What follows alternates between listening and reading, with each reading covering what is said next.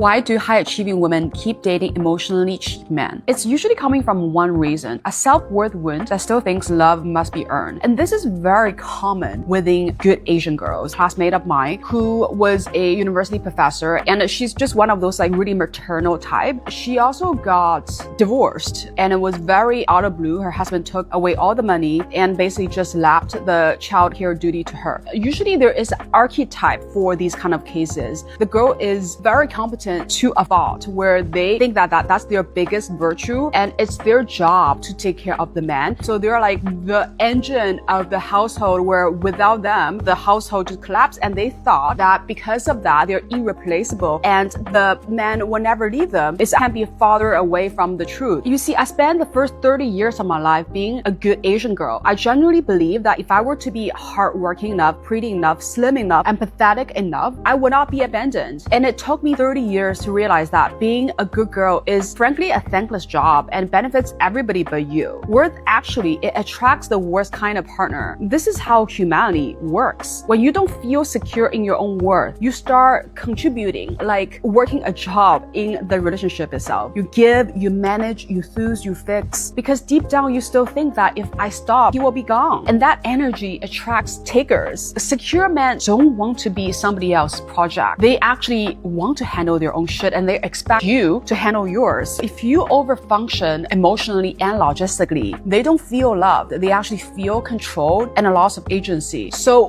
who enjoys being taken care of like that? Takers. The one who either can't handle their life or they won't. And they love it when you do the thinking, planning, clean up. You feel needed. So your self-worth spikes and they feel safe because you're carrying them. However, the bill always arrives, right? Competent women have standards. So we eventually get exhausted carrying a full-grown adult. And secretly, the man actually resents you too because your competence makes him feel very small and judged and emasculated. So how did I stop paying the good girl tax? I committed a sin, being selfish. I realized that anybody who needs me to be good, to be loved, never loved me. They just loved what I did for them. So I practiced being deliberately useless. I only give when I genuinely want to, and shockingly, takers just disappear the moment he realizes that you will not be their mothers. And I think the hardest thing is to know that as soon as you stop overfunctioning, a lot of people will leave. They're not going to be in your life because you can't provide them what they want from you anymore. And just let them go because you're either going to burn out or they're going to hate you eventually anyway. So honestly, do you think if you stop overgiving today, would the person with you still choose you? I'm Crystal, your favorite Asian rebel. Follow me to save years of expensive good kid tax.